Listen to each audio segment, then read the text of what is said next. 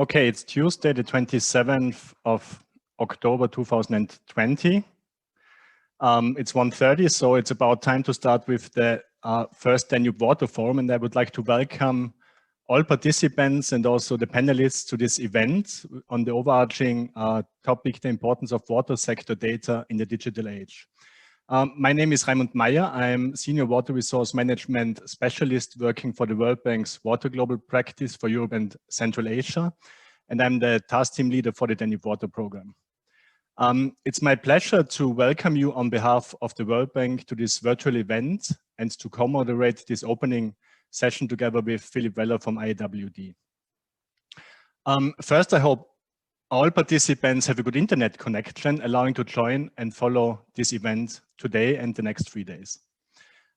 Second and foremost, I hope all of you are healthy and in good shape and safe under these particular circumstances, not allowing us to meet this year in person for this annual event organized in the frame of the Danube Water Program. The Danube Water Program was launched in 2013, and knowledge exchange around the water sector is one particular objective of the program for building a community of practice in the Danube region and beyond. We all had to adapt our personal and professional lives to these particular new circumstances, often working virtually from at home. Therefore, by coincidence, this year's topic around data and digitalization fits very well with the general circumstances we all had to learn dealing with. Before handing over to the co-moderator, Philip Weller, I would like to express a couple of brief thank you words to supporters making this event happen. First, to the Austrian Ministry of Finance, which is the long-term financial supporter of the program. Without this support, this event could not happen.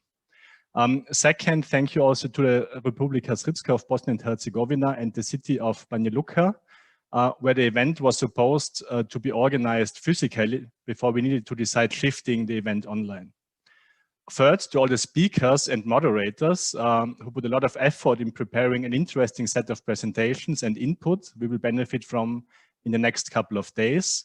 And fourth, thank you also to the whole Danube Water Program team, spending a lot of time and effort in putting together a hopefully interesting program for the event.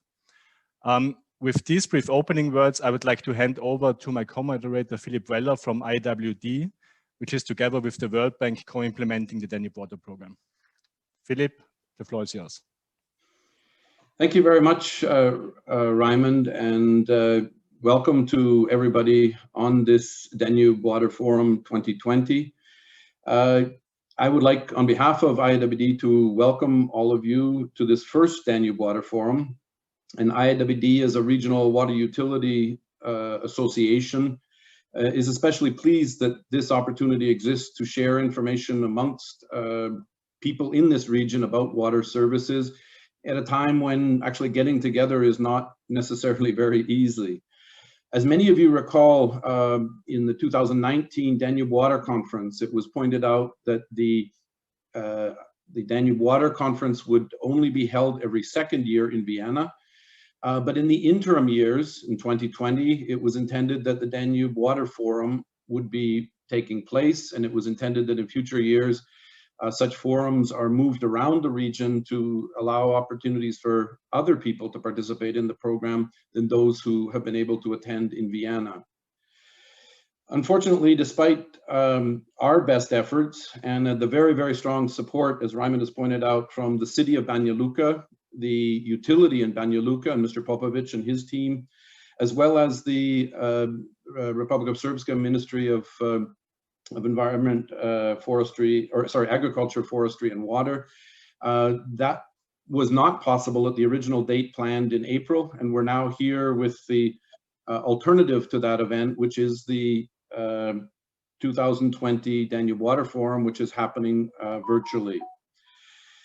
We are very much hopeful that in fall of 2021, we can have the next Danube Water Conference, and hope that all the people on this conference or this forum will be able to participate in that particular event.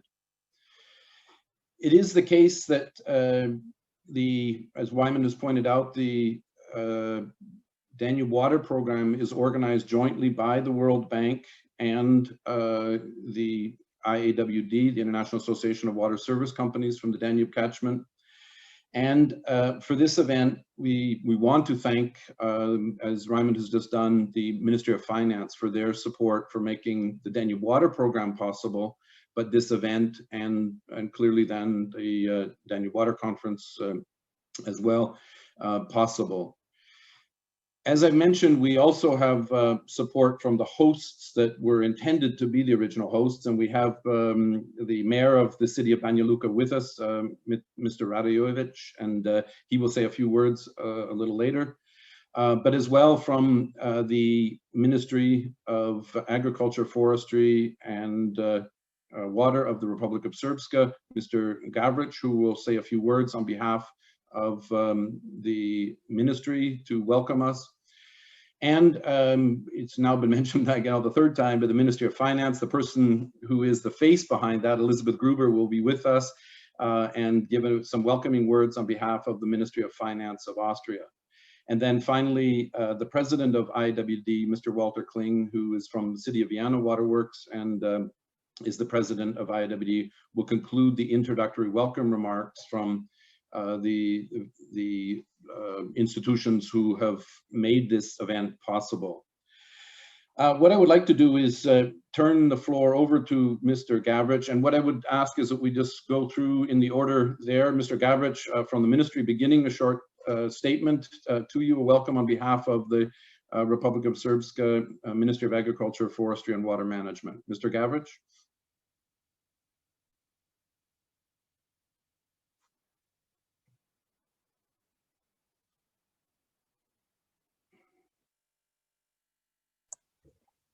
Mr. Gavric, you need to please unmute yourself. Yeah, I think your mic is not unmuted. Yeah.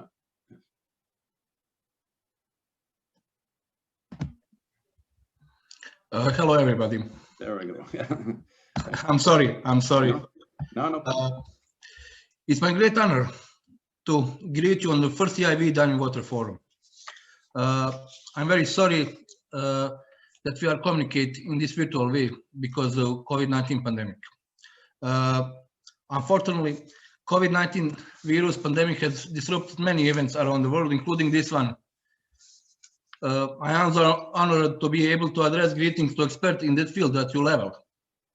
The Ministry of Agriculture, Forestry and Water Management of Republika Srpska is responsible to integrated water management, protection guides against harmful effects of water and protection of water quality.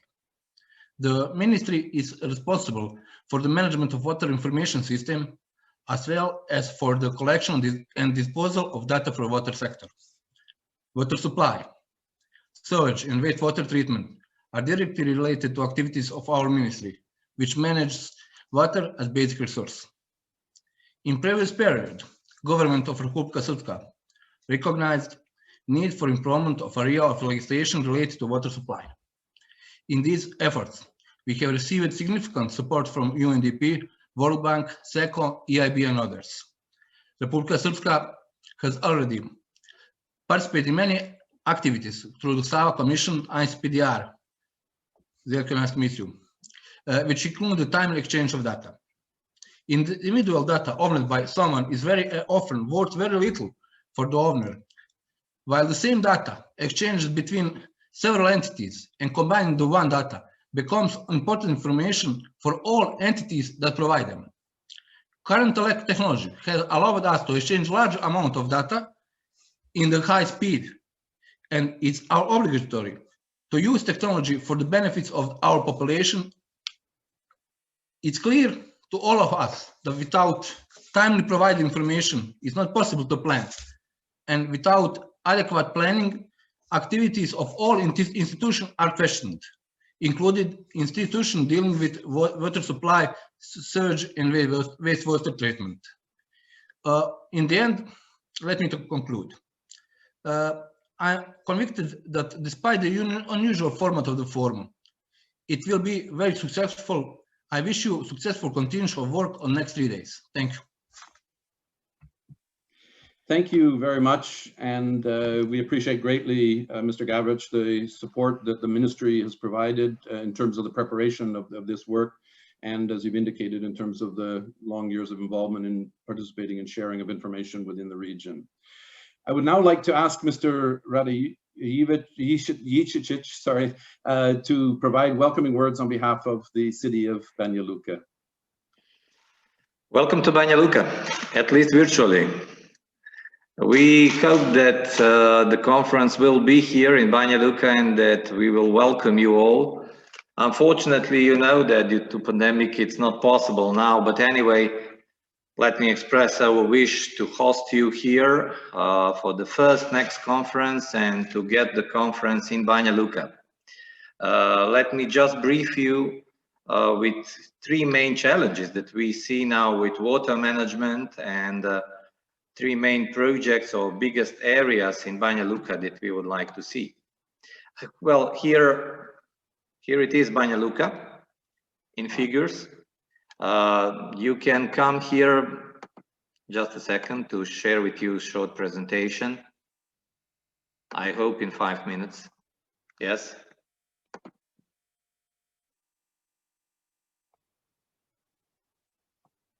So you can come to Banja Luka in 3 to 5 hours by car. Up to 5 hours is to reach Vienna or Trieste or Munich or Budapest. Next time it's easy to come. I hope that you will be here. We are rich with rivers, with water, but that is not that all the problems are already solved or that there are no problems. Unfortunately, we see so many challenges now in modern world and climate changes. And three main challenges that we see now are how to improve water supply, because regime of waters, regime of rain and snow, it's changing. We see this and we feel this. How to complete sewage and wastewater treatment for 21st century, and how to fight with flood protection and climate changes and occasional floods in our city. With water supply, as I mentioned before, we see that there are changes in regime of precipitation, snow and rain, and more suburban and rural, even urban areas are facing some challenges. This year was very specific because there was no, for example, snow in last winter. So the city has very big projects that we call Water 1, 2 and 3, 2019-2024, where the goal is to improve water supply for more than 95% of citizens in all, even distant areas, with new production of water, with hundreds of kilometers of new pipelines and reservoirs and pumps everywhere. It will affect more than 25,000 of citizens, and the projects are supported by City of Banja Luka, European Bank for Reconstruction and Development, and funds of the European Union. We hope that by 2024, there will be significant improvement in water supply everywhere. Then the next challenge is how to choose the best method for complete sewage and wastewater treatment. We are now in new study with European Investment Bank and French Development Agency how to choose the best method, the best technology for final wastewater treatment solution in the city, either centralized with one big plant or facilities for more than 100,000 citizens, or some decentralized model.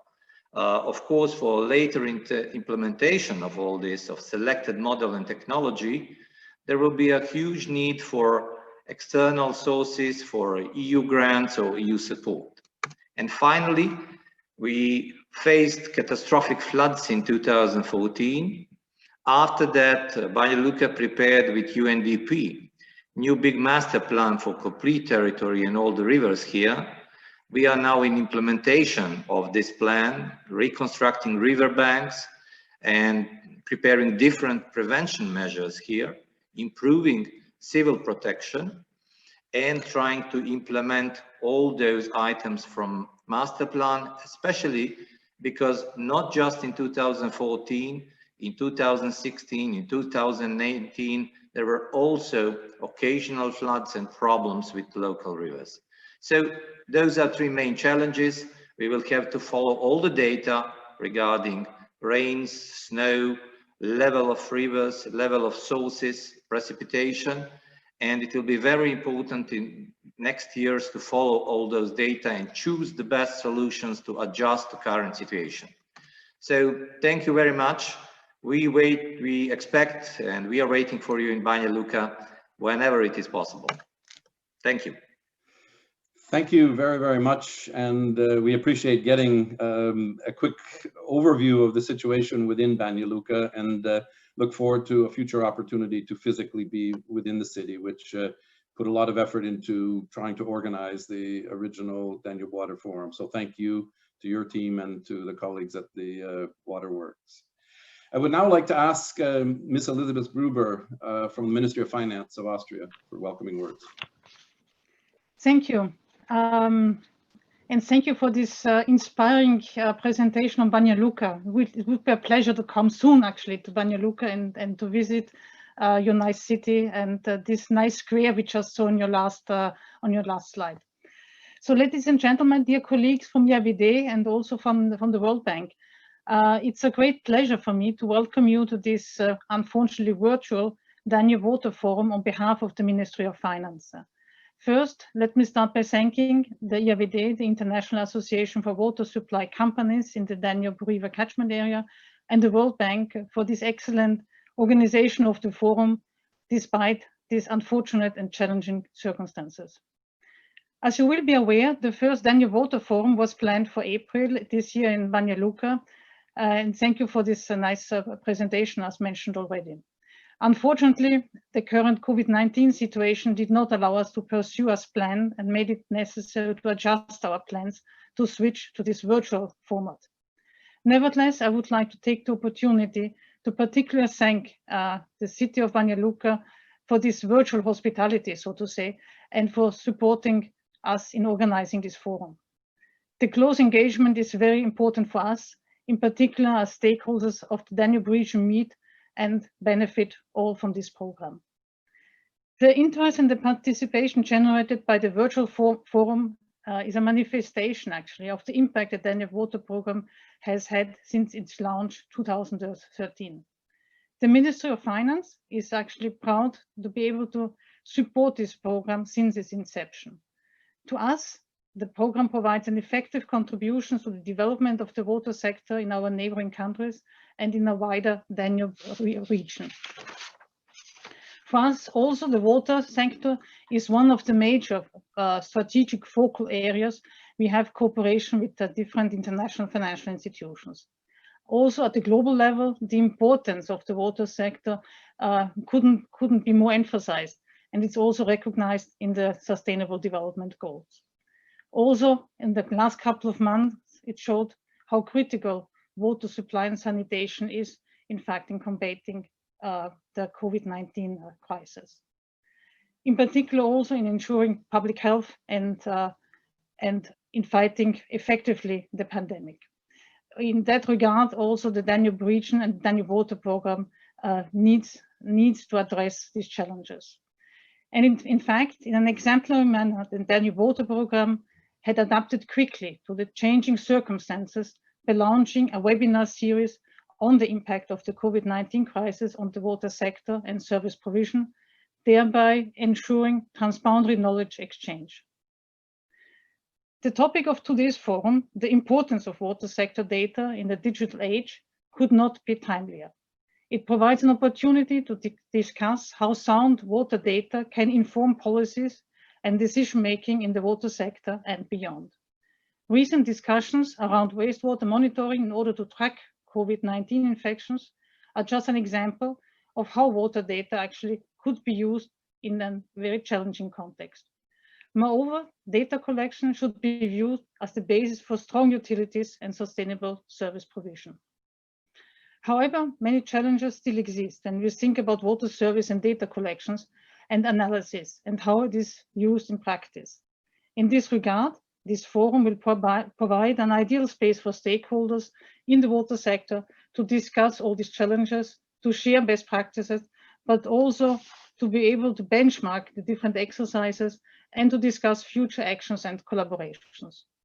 We also would like to take this opportunity to commend the Danube Water Program team on the launch of the new consolidated website, The Voice of the Danube in June this year. The website brings together latest regional and international news, information on events and meetings, and you will find the whole Danube library and Danube toolbox there. So I actually invite people to access this informative website.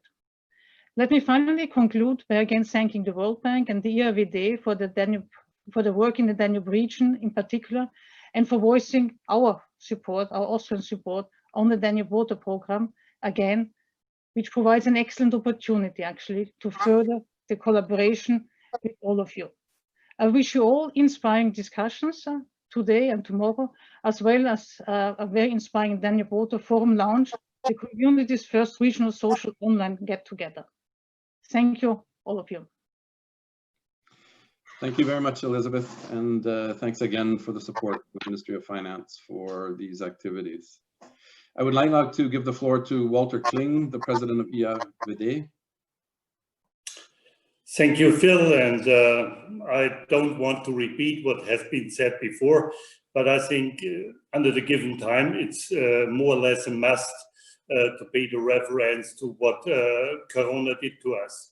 We plan to have a forum, and we heard before, especially the forum, the Danube Forum, was the event where we wanted to go into the region, where we wanted to see various places, and this is an ongoing plan which we have for the future as well. So we will come to those countries and to those cities where our members are doing their work. It's been one of the core businesses or core aims of IEWD to especially make this face-to-face meeting, this meeting on the spot in the region possible, and not only to have centralized events. One of them shown by the format of the conference, the water conference, and the move to the forum. But we had 2020 and we had Corona. So what happened? We shifted, we postponed, we find different formats. But, and Elisabeth Gruber pointed it out as well, we have a digital age, and we very quickly in the sector learned how to use our tools and how to work with the digital tools we are having available. And this makes this event today possible. And the title to the digital age couldn't be better for our forum this year than showcasing how quickly we can learn and how quickly we can implement newest technology. I just want to repeat one thing which I find very important. Watch out for IEWD in the digital way. We are not able to bring it to you by meeting you, but as we heard before, we have launched the Voice of the Danube. Really a voice, a communication tool, which for the future will enable us to extend even more, exchange even more knowledge and content which was brought to you by IEWD, our various programs in capacity building, but also other activities, including a rich library which showcases our activities if you want to look back into the history of IEWD. And it helps strengthening. It helps not only strengthening IEWD as an association, it helps to strengthen your utility, your company. It helps to strengthen the water sector and the community, the water family, which we represent in the Danube region. And therefore, I wish our first virtual Danube Forum the best success possible. I'm looking forward to the new format which we will have in upcoming years when we meet together again physically. But I hope we'll have great success the upcoming 3 days. And I want to extend a really sincere thanks to the whole team making this possible, and enjoy the next 3 days. I hope it's for your benefit and the benefit of the IDT family. Thank you. Back to you, Phil. Thank you, Walter, and thank you to all of the introductory statements from the ministry, from the city, from the Ministry of Finance, and from IWD. I will now turn the floor back to Ryman, who will begin to just give you some of the introductory words about how the conference will be organized and get the ball rolling for this session. Ryman, the floor is yours. Thank you very much, Phil, and thank you again from my side, also from our side, for these kind welcoming words. We would like now to move on and continue in the beginning with some logistical information which is relevant for the whole forum. To make you aware that the sessions will be recorded and made available online, so all information, all the discussions which are happening in the frame of the forum can be also looked at afterwards. Furthermore, also the presentations and slides which are provided during the sessions will be summarized and also published on the Voice of the Danube website. On the use of Zoom itself, I'm sure many of you are very familiar already with the tool, but just to make you aware again, if you hover with the mouse over the screen at the bottom, you will find the chat function. And here the request, please use this function, a chat function for general requests and interactions with other participants. In the chat function, you will also find information on particular links and relevant information related to the forum. What you will also find there is the questions and answers, the so-called Q&A box. Please use this box, the Q&A box, for posing particular questions to the speakers during the sessions and during the presentations. Also to make you aware of, we will use Polev, that's an online polling tool. This will be used for certain sessions and already for the first one now. And we would like to flag to you that you're kindly invited to visit the website at polev.com/virtualdwf352 on your tablet, smartphone or laptop. Or you can also simply scan the QR code, which you see now on the screen with your mobile phone in order to enter Polev. And I would also like to ask my colleagues to post a particular link in the chat function that you can now already enter Polev and contribute with your feedback also to the session. As I mentioned in the beginning, the topic of this year's Danube Water Forum is the importance of water sector data in the digital age. Now, why digitalization? Why did we come up with this topic? It's a very interesting coincidence that it fits now with the current circumstances we're in. But at last year's Danube Water Conference in 2019, in May 2019, we asked approximately 200 participants what their particular interest would be for this year's event. And you see here the word cloud, which we generated via Polev. And the topic which gained most feedback was actually the topic of digitalization. So we took this and said, okay, let's organize an event on this topic at this year's Danube Water Forum. Now, what does digitalization mean? And we had a quick look at the Oxford Dictionary to get a little bit more familiar with the topic. Basically, it's a process of changing data into digital form that can be easily read and processed by a computer. So it's related to new technologies using data for data processing and management also. Data itself, according to Wikipedia, are characteristics of information, usually numerical, that are collected through observation. All of us know that data is a very important cornerstone for management, for different purposes, particularly also for water management, of course. And the digital age, it was already mentioned during the welcome speeches several times, that's a historical period that began in the last century, characterized by rapid epochal shift from the traditional industry established by Industrial Revolution to an economy primarily based upon information technology. So here the keyword is certainly a shift from tradition to information technology, which offers plenty of opportunities for different sectors, but certainly also for the water sector. Also important and interesting is the link between data and information. You can have data without information, but you cannot have information without data. So the question is also what you do with the data. And according to Carla Fiorini, who is the former president of Hewlett-Packard, a digital giant, the goal is to turn data into information and information into insight. Now, inside is extremely important also to take the right decisions. And we would like to quote another interesting statement from Paul Rake, who is Senior Manager at the Water Resources Institute. How governments respond to water crisis, maintain their water infrastructure and regulate users can be just as threatening to water security as drought or flood. So it's very important to take the right decisions, to have the right information, to transfer data into insights, to take the right management decisions for the sustainable management of the water sector and deliver services to the people. We will hear more about this topic in the next 3 days. Just a brief outline of the program. Following this opening session, we will start with one session more on the intersectorial context, so the bigger picture of water and the relevance for different sectors. We will have 3 speakers talking about particular relevance of data and data management for integrated water resource management and water security.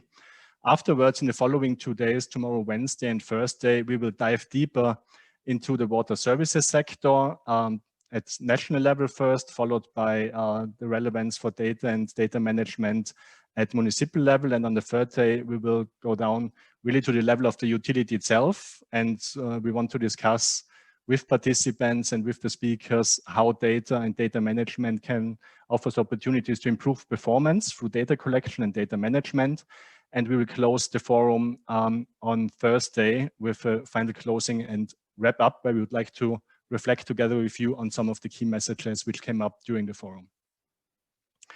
To point out, we can unfortunately not meet physically this year, hopefully next year, but we still want to offer an opportunity to get together, to have also a more informal exchange amongst you.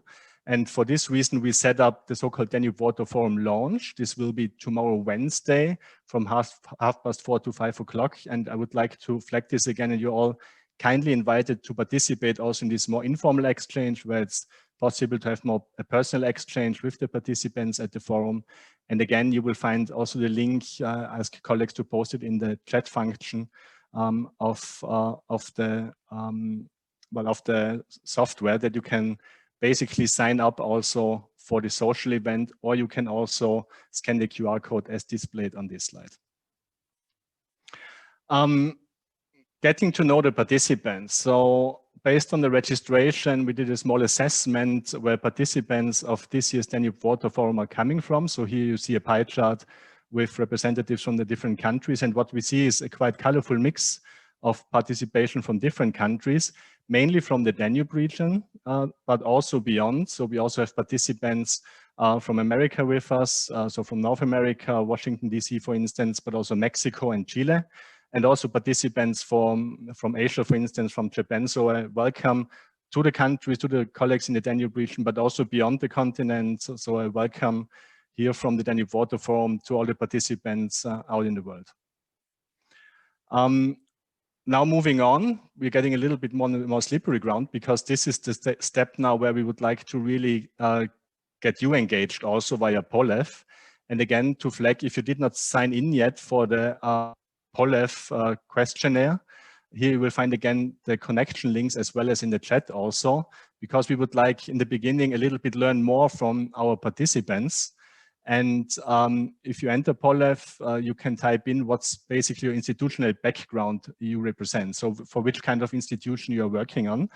And we see already some feedback from participants.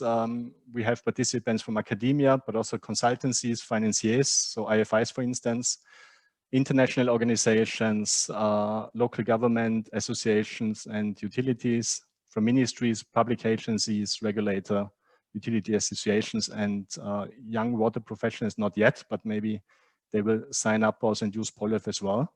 So we see we have quite some number of representatives from international organizations and from utilities and utility associations. So basically a nice mix. I see that the bars are still moving, but I hope this helps a little bit for the participants and for all of us to get a better overview. What's basically the background of the participants of the forum. Moving on and more into the substance of the topic of this year's forum. we would like to pose a question to you. I will read it out. How well are you informed about new developments and opportunities stemming from data management and digitalization? And you have possibilities for 3 different answers. A, if you have a good overview and feel well informed. B, you would say you have some understanding, but there's room for improvement. And C, if you're lacking of information, these technologies may offer. And I see the bars are still moving. So we see that about a third of the participants indicate they have quite a good overview and feel well informed. But we also see that nearly 2/3 indicate that they have some understanding, but there's probably room to gain a further understanding on the opportunities these new technologies offer, digitalization offers. So we really hope that this year's event, this year's forum will change actually the bars, that afterwards the first bar, that you have a very good overview, will be much higher, and that you really learn something out of this event and can then also actually apply it in practical terms back at home in the work you're doing. Moving on to the next question, I will read it out again. Do you think that data management and digitalization can offer opportunities for your work? And here again, the answers which are possible: yes. A, yes, there are significant opportunities.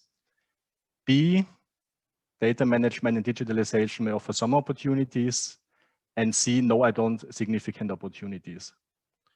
I see still some movement in the bars, but this, I think, is a very clear outcome, that participants of the forum see significant opportunities using new technologies, using digitalization for improving, for instance, performance, for better managing the sector, and for taking better decisions, basically. So I think this is a very clear-cut outcome.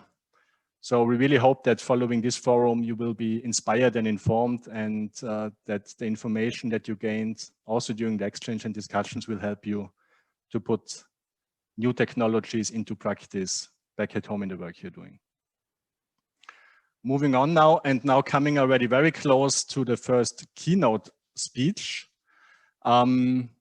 Question we would like to pose to you is, have you heard about the European data strategy? And this is a simple yes/no answer. Yes, A, you heard about the European data strategy, or B, no, you have not heard about it yet. We see that around 70, it's still moving, 70% have not yet heard about the European data strategy. So for our first keynote speaker, this will be a significant opportunity to inform all the participants about this new strategy and also beyond, so everything what surrounds digitalization, data management, and the strategic approach the European Union is taking, and also activities which are led by the European Commission. So I think the figure settles up about, so we have about 70% who did not yet hear about the European data strategy. So will be a task for the keynote speaker to update all of us on these ongoing developments. Moving ahead, as I mentioned, we will move now forward to the first speaker in the keynote section, Mr. Joachim D'Argenio, who is a senior advisor working for DG Environment from the European Commission, who is responsible for the implementation of the digital agenda for DG Environment, but more particularly also for the water sector. And Joachim kindly agreed to provide a keynote at today's event. And Joachim is not new to the Danube region. He has been formally already involved in the frame of the ICPDR, for instance, on the implementation of the Water Framework Directive and Floods Directive, has also been working within DG Environment on the Urban Wastewater Treatment Directive and Drinking Water Directive, but had several different positions within the European Commission, and is very well informed about the region, but particularly also on the latest developments on data and digitalization. And with these brief intro words, I would like to provide a very warm welcome to Joachim, and I would like to ask him to inspire us and inform us with the keynote speech. So Joachim, handing over to you now. Hello, everybody. Good afternoon. It's really a pleasure to be here. Thanks for the invite. I would have loved to be in Banja Luka, though, I must say. So, like all of us, I think we have to make do with the the current situation. But it's good at least that we have a chance to get together and discuss these aspects. And I'm just sharing my presentation. And I think what I want to say first is that you chose last time you decided on which topic to have for this first Danube Water Forum. I think you chose the topic well. I think with the aspects of digitization and the aspect of the environment, or more specifically on data and the water sector, you're really at the heart of the debate of what is going on at the moment in Europe, at least. So I will present to you at a very high level, of course, some of the things that are happening in European policy, which has, from my point of view, an importance and relevance for the subject of your conference. And I only have 20 minutes for it, so I obviously will be very brief and high level on a number of issues, but I have at the end of my presentation a number of links that you can then consult, and obviously I'm very happy and delighted to, in the discussion afterwards, to go into more detail on issues that you have a particular interest in. So let me start by showing you a quote from our president, Ursula von der Leyen. I should say, before I come to this quote, has already, when she made her statements to the European Parliament before the new Commission was elected, last year, actually in November, it was, sorry, in October, it was a year ago, basically, she has already highlighted the importance of data. And it took us all a little bit by surprise because, as you know, by change of commission, change of a government, there's, of course, some preparatory work going on, and we were all kind of more or less aware what she will announce to the European Parliament. But then all of a sudden, there was appeared the data strategy that you've been just asking about as one of the priorities that she would like to deliver. And that is something that she feels strongly herself, and also Commissioner Breton, who she just had appointed then, to lead on digitization and also on the internal market as one of her important commissioners, that data has become part of the heart of the agenda. But since last October, the world has moved on. We are, as we discussed, as we heard, and we all experience in a phase of still a pandemic, of a health crisis. But we're also, of course, looking at how to get out of this crisis and how can we basically now move from this situation we are in to a recovery, to a resilience, and to a more long-term perspective that we in Europe would like to achieve. And in earlier this year, the Commission has presented the so-called Next Generation EU program. And now you see 6 weeks ago in the State of the Union speech, our President Ursula von der Leyen made this quote, which I thought fitted well, and really I only found it in the preparation of this conference, where she highlights again very much that we need a world where the use of digital technologies to help us build a healthier and greener society. So the link of digitization and modernization of our technologies for the green agenda, for the Green Deal that the European Commission has announced, is one of the constant elements that she is highlighting, that we are highlighting at the moment in policy debates. And I think what is equally important is the next sentence: we can only achieve this if we do it all together. So it's something that as a subject in itself, when you then look at data, it's not something you can do in isolation, something that you want to share, something that you want to work on together. And so the whole philosophy of the recovery is centered around this idea. And that's why in my presentation, I will actually highlight to you 2 areas of developments that I think are important for your debate. On one hand, the digital strategy for Europe, so shaping Europe's digital future, which was presented already back in February by the European Commission. And on the other hand, the European Green Deal that I'm sure you have heard of, where the whole water policy is also very much anchored. and where a lot of important developments are taking place, a lot of them are very much also linked to the question of data and digitization. Let me start with the Green Deal. This is the big overview. I'm going to go a little bit into more detail, and we have added a few specific initiatives that have already been presented, or that are going to be presented soon in the context of the European Green Deal. The Green Deal as such is really a long-term agenda with a very strong visionary kind of element that basically has the idea to transform Europe and basically make us ready for the challenges and address the crises that we are aware of for so long: the climate crisis, the resource crisis, the pollution crisis, and the biodiversity crisis.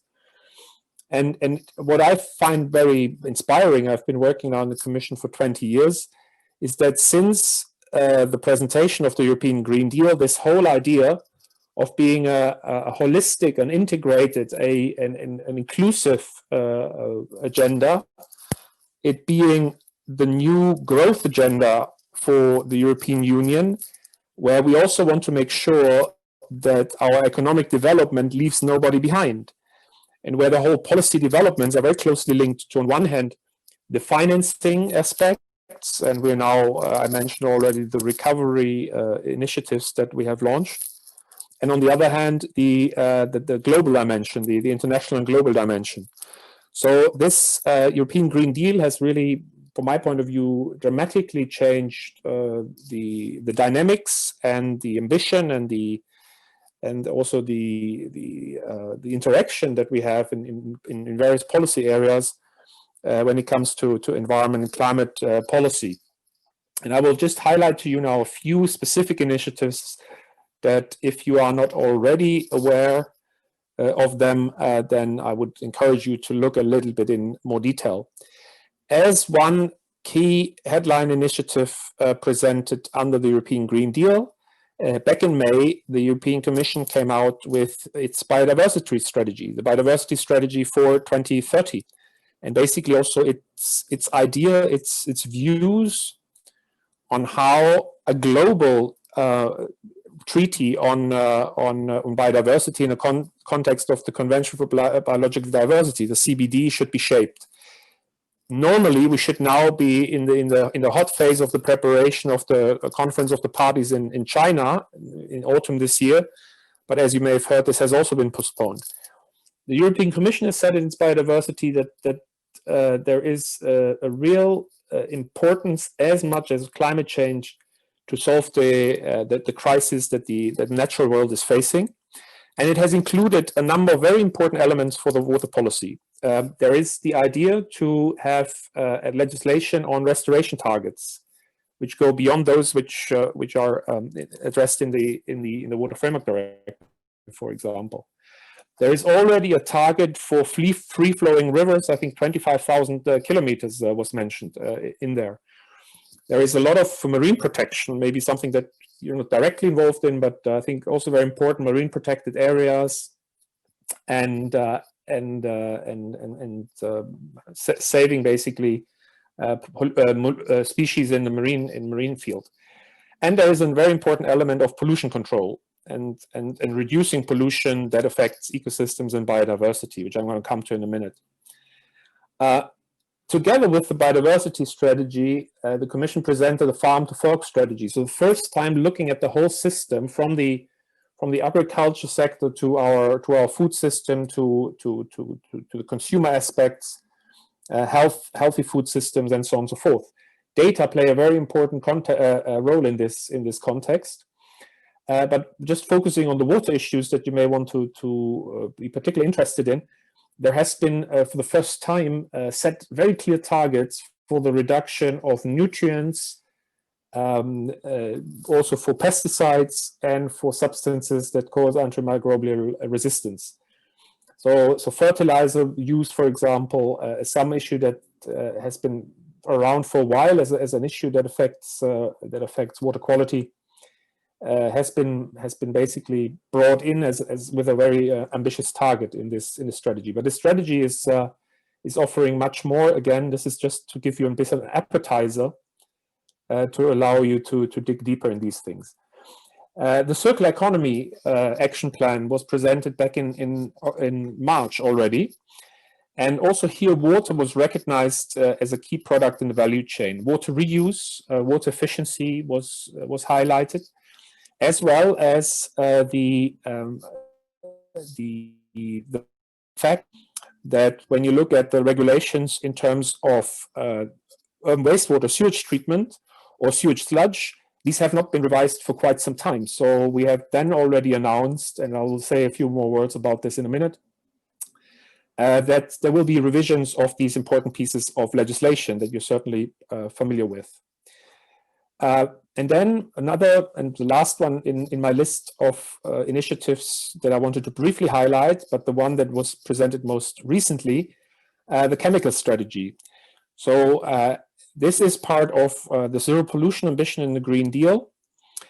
And it looks at the chemicals legislation overall and how we can basically further protect and consumers and the environment towards a toxic-free environment. And here, if you look into this piece of legislation, one of the issues is that the data and the knowledge about where chemicals appear in products, for example, in different parts of the environment, are essential for managing chemicals policy in an effective way. And there will be certainly a big push to improve data management and use digitization in this context as well. Then I want to briefly highlight something that has not been presented yet and something that I'm working on directly. And this is the so-called Zero Pollution Action Plan for Air, Water, and Soil. That is one, if you think back of the circle, one of the cornerstones of the Green Deal. And it basically complements all the other activities that I've already mentioned with the specific work that we are intending to do and the specific actions we're intending to take in relation to air, water, marine, noise, and soil policy.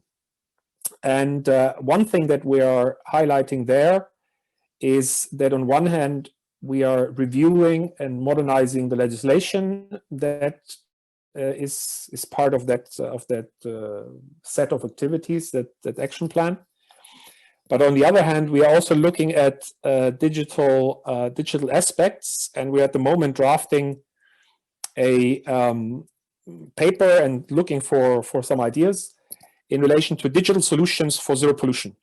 And I think that's something that where a conference is certainly also interesting for us, is to see a little bit what are the concrete examples, what are the concrete use cases that should be multiplied, that should be used in order to solve pollution-related issues for water, for air, and for soil. And here I want to highlight that we're about to launch an open public consultation in this area, so I will certainly be happy to share more information once this is launched, if you want to contribute to this initiative, which is planned to be adopted in May 2021. Now, let me specifically tell you a bit more about some water-related developments in more detail that you probably are interested in your work. On one hand, I think yesterday it was in the Council that the new Drinking Water Directive was adopted. It's not yet in the official journal, in the statute books, so this will take another few weeks. But this is really a game changer. You know that the previous directive was from 1998, and the revision process has been long prepared. It has been addressed already some couple of years ago when there were questions on access to water, when there was a European Citizens Initiative, but also updating the parameters in line with the WHO guidelines, looking further into the materials in contact with drinking water, introducing the risk-based approach, and improving transparency and data availability are at the heart of this directive. So if you look at data and water, and you're working as a water utility, if you're working in the drinking water sector, you certainly should have a look at this new directive, because there are new obligations on informing consumers, there are new obligations on sharing data, and on making data available for other uses as well, in this new piece of legislation. Not yet revised, but something that is coming as well is the acquis, or sorry, the initiatives that are linked to the acquis around the Water Framework Directive. So probably you've seen these acronyms. Maybe I should have spelled them out. The Water Framework Directive, the Environmental Quality Standard Directive, Groundwater and Floods Directives. All of them have been part of a so-called fitness check of an evaluation that was published end of last year. And we are now moving into the next phase, and you will find more information later on in my links, where you see that we will in particular now look at parameters that are on the list of priority substances or on the groundwater pollutants list. And we will do a lot in terms of investment, implementation, and also, as you see here at the end, administrative simplification and digitization. So one of these questions that has been raised in our evaluation was, how can we do better with the available data that exists to direct the implementation of the Water Framework Directive in a good way? The Wastewater Treatment Directive I've briefly mentioned already is we are now starting the review process. There has been an evaluation, so identification of key issues that need to be addressed. And we are soon to launch a public consultation on the Wastewater Treatment Directive, where we will ask about emerging contaminants of emerging concerns, so whether the scope should be widened. We will look at the implementation issues and questions that are still to be addressed in the implementation. You see a map here on the left. These are the latest data on the compliance rates with the nutrient treatment in the directive. And we will look at the questions of circular economy, sludge management, and linking that to the sewage sludge directive. And we will look at also, for example, climate change and greenhouse gas emissions from wastewater treatment plants. And I put this slide here as well is because, as you can see here, once again, data information monitoring is also part of the elements that we will look into when revising this piece of legislation, which is from 1991. So a lot of things have happened technologically since then.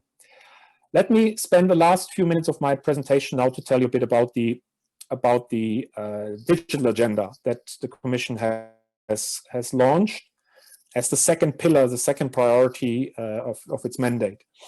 And I have already mentioned, that was also a question earlier, that one element that I want to particularly draw your attention is the European data strategy.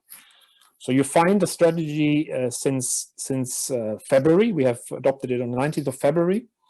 And what the strategy makes very well the case is that we are entering a completely new phase, a game changer phase, a transformation that is so dramatic that will really basically make data the center of most of the economic developments that will happen.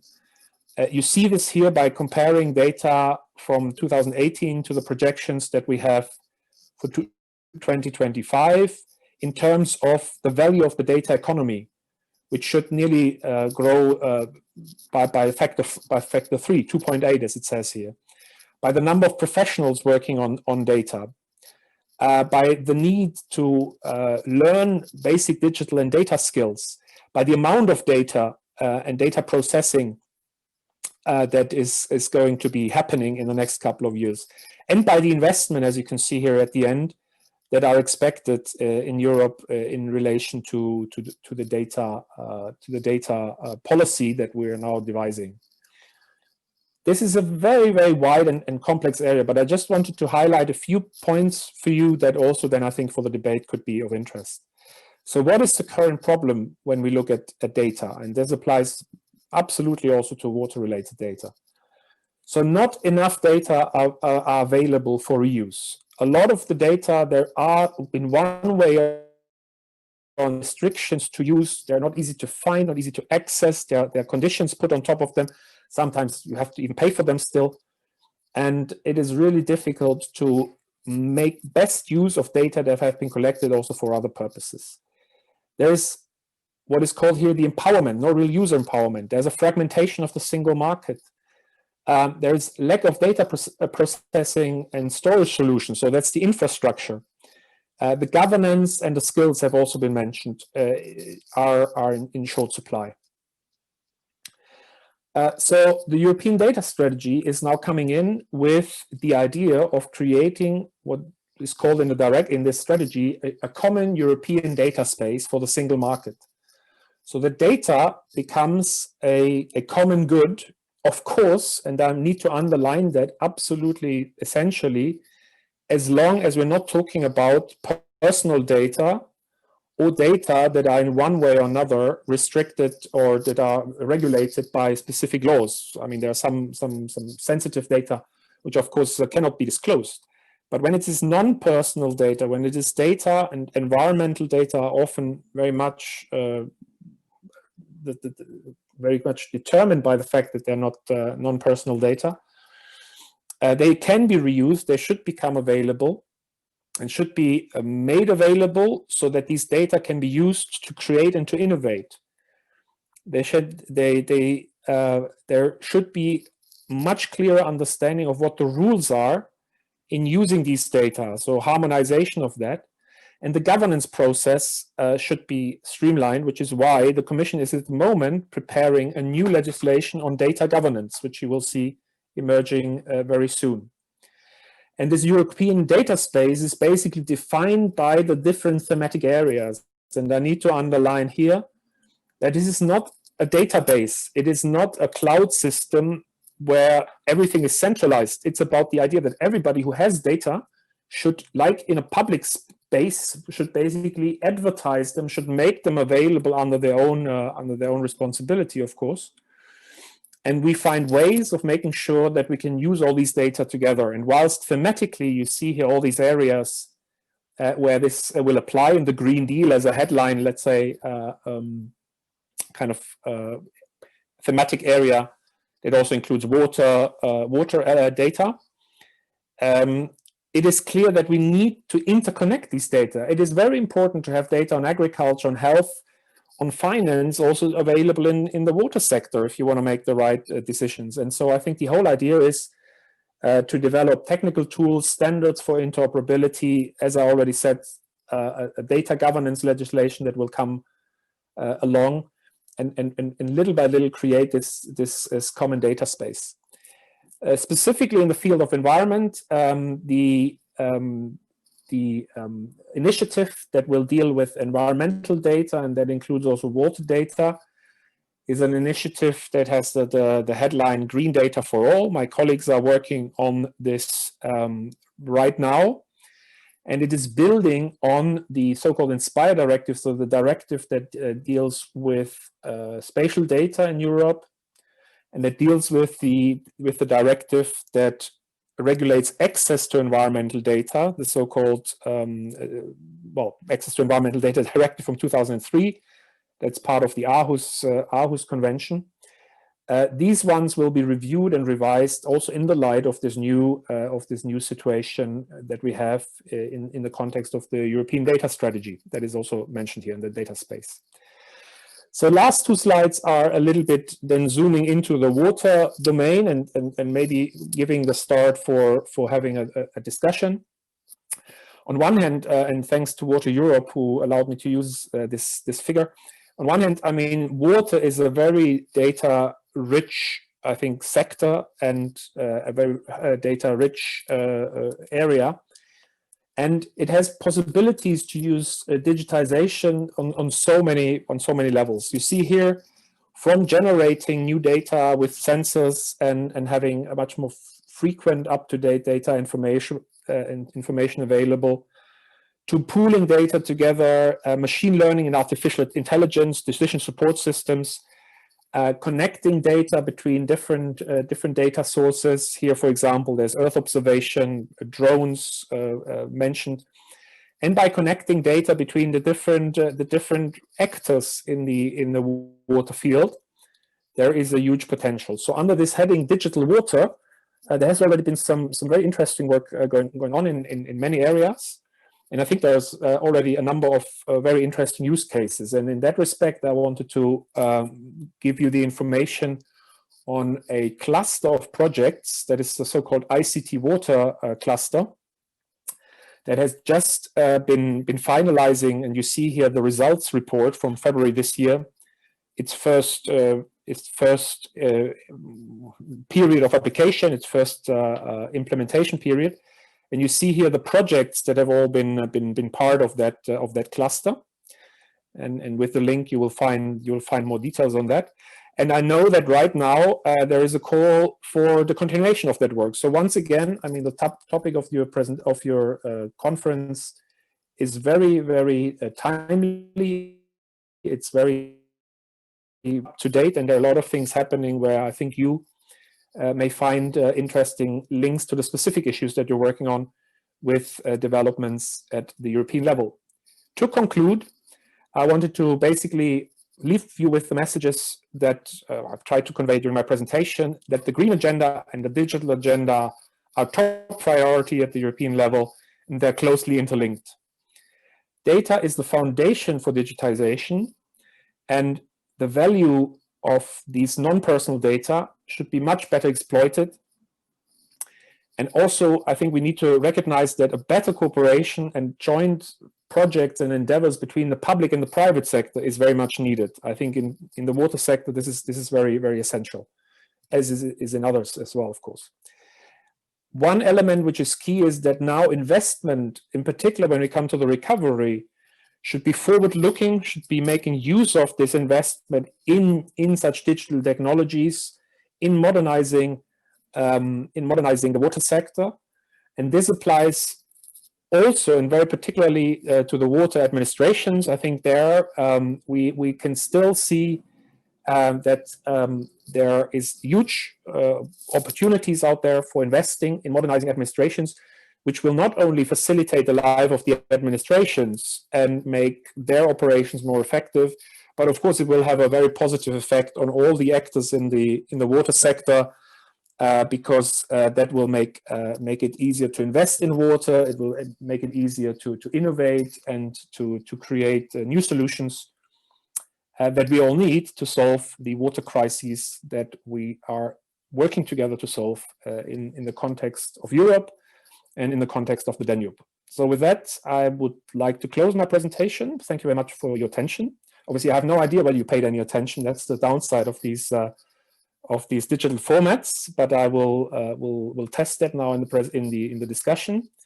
And at the end of my slides, and as Raimund said, they will be shared afterwards. You have a whole list of links where I think all the elements that I've mentioned in my presentation you can read up in more detail, and you can find out more where you can, for instance, participate in public consultations, etc., etc. So thank you very much. Yeah, thank you, Joachim. And you've provided really a very, very good overview and context under which this discussion over the next couple of days will happen.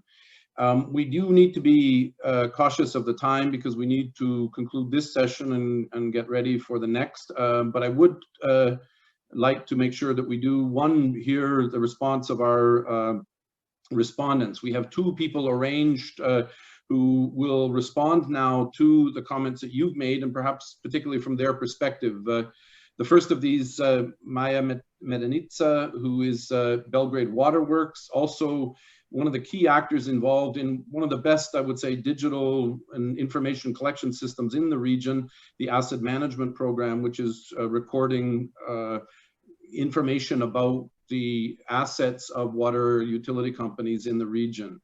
And that will be followed by Dragan Jelko from the Sava Commission, and a commission that has been utilizing data in its activities on helping improve the water quality of the Sava River Basin. I would not say much more now and just turn really the floor over to you, Maja, for some quick comments in response to Joachim, and then to move to Dragan, and then we'll see what time we have left for further conversation. But I think many of the issues you raised, Joachim, will be following throughout the conference or the forum, and thank you very, very much for that. So Maja, the floor is yours. If you could provide some initial response to the comments that Joachim has provided. Thank you, Mr. Philip. Thank you for invitation to be in this conference. Hello, everybody. Good afternoon. Thank you, Mr. Joachim, for this inspiring presentation. Especially now, I'm happy and to see that result of our 15 years work is will get into the focus also in Europe. I'm working in Belgrade Waterworks and Utility, as Mr. Philip said, last 20 years, and last 15 years we are working on asset management methodology, trying to collect all data, integrate all data, and to use data about water, our water and sewer system, and put everything together. So as you all know, water systems are one of the largest investment, has always our largest investment value in municipalities infrastructure, and we should take care of our system. And also we are using asset management approach, like step-by-step approach. It's a long and demanding process. In BVK we start in 2005. We put a lot of effort, and now we can say that we are one of the leaders in a region. This process starts with the collection of data on the field. More than 30 persons were involved in collecting data outside on a specific defined data model, and all these data were captured in the system by well-trained staff. Like in other utilities now in the region, we are very happy to see that these methodologies are spreading all over the region. People are trained to work on the field, to collect data, to capture it, and to make asset register, and to integrate all information in one place. This is important, as also Europe now have all these plans and visions. It's important to know our data, to use this data, and to have all these benefits, and also to have a system on place how we will use this data. So I will just say that we integrate all data from different departments, from building departments, from measurements. So all these data are after a long time together. And for example, I will tell you that 20 years ago, we thought that the length of our water network in Belgrade is around 2,500 kilometers long. And after these activities, and now we can say that our water system in Belgrade is more than 4,000 kilometers. So when you know your system, you can better manage, and you can make better decisions. So all the benefits of having data, good data, is to make better plans, to integrated processes, to have better interdepartment cooperation, to have better coordination and understanding with other stakeholders, like municipalities, like to make a better service and a faster reaction with our customers.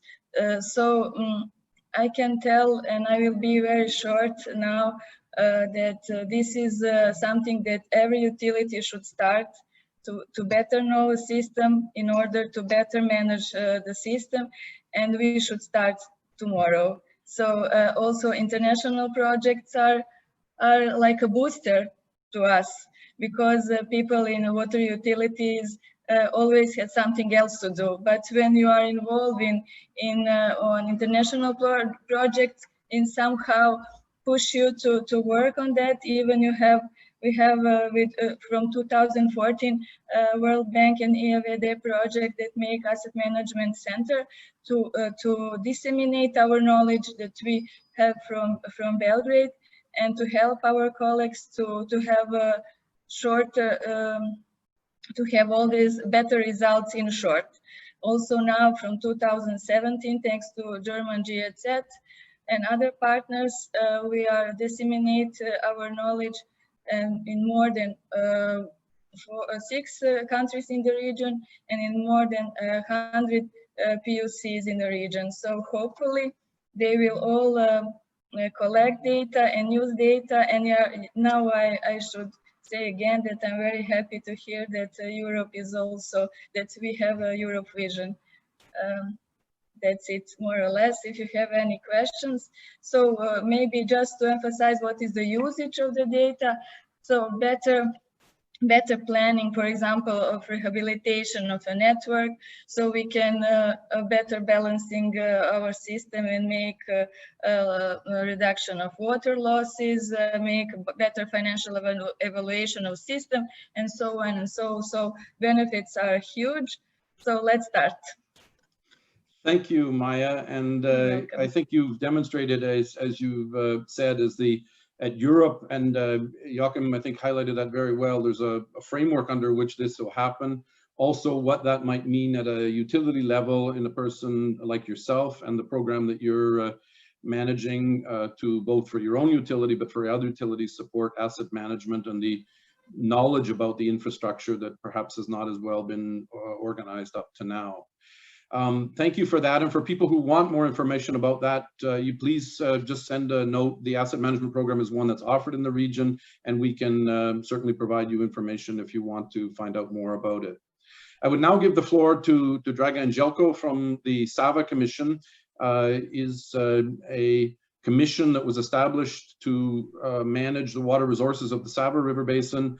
And Dragan has been with the commission, I think, from the very beginning, and will provide his perspective on perhaps scaling up from the level that Maya's just talked about, the local utility, to a sub-region of the Danube, the Sava. So Dragan, the floor is yours. Thank you very much, Philip, and thank you to all organizers for this opportunity to share with you our experiences in data management in transboundary context.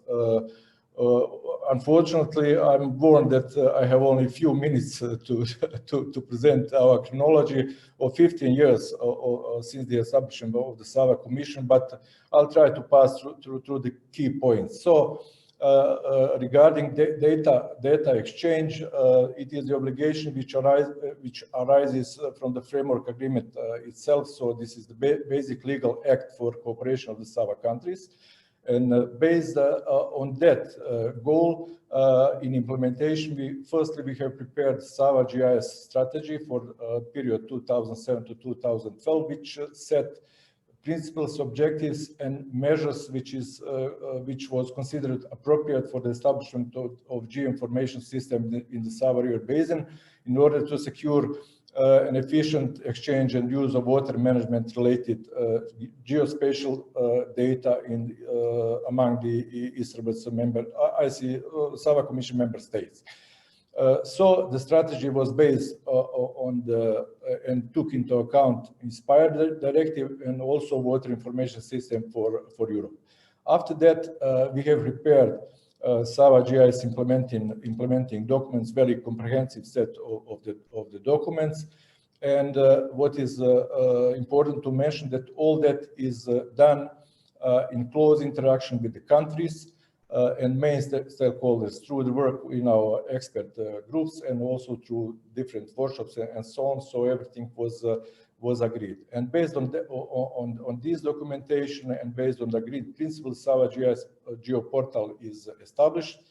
And it was established as distributed system, meaning that we set up common standards, procedures for data exchange, but production of data was done only once in the national center. And also development of Sava geoportals was like a puzzle, so in line with real needs. Different models of the system were prepared when it was necessary. For example, first model was for the river basin management, the second for flood management, and so on.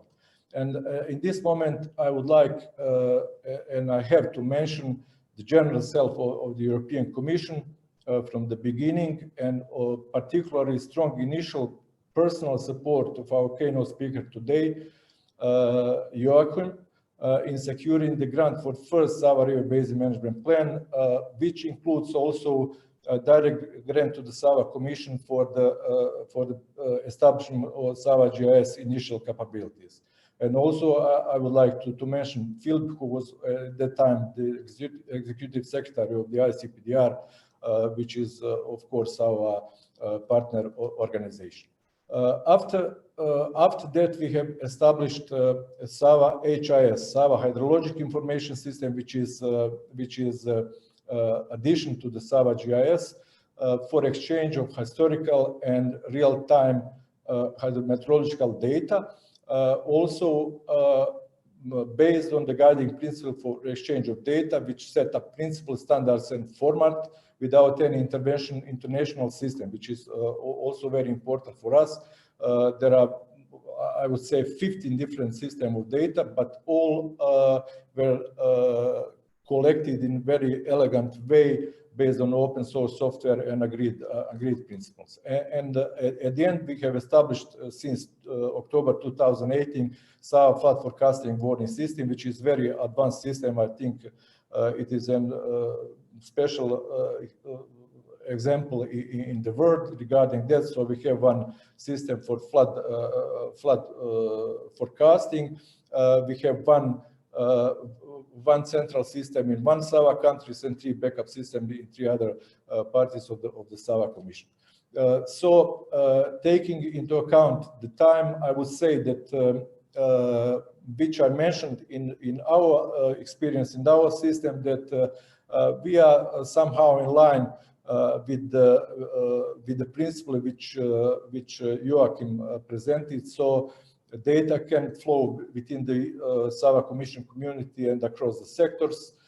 European rules and values are fully respected in our developments, and also rules for access and use of data are fair and, in my opinion, practical and clear. So I hope that we are ready for forthcoming challenges and opportunities in relation to these new European initiatives. Thank you very much.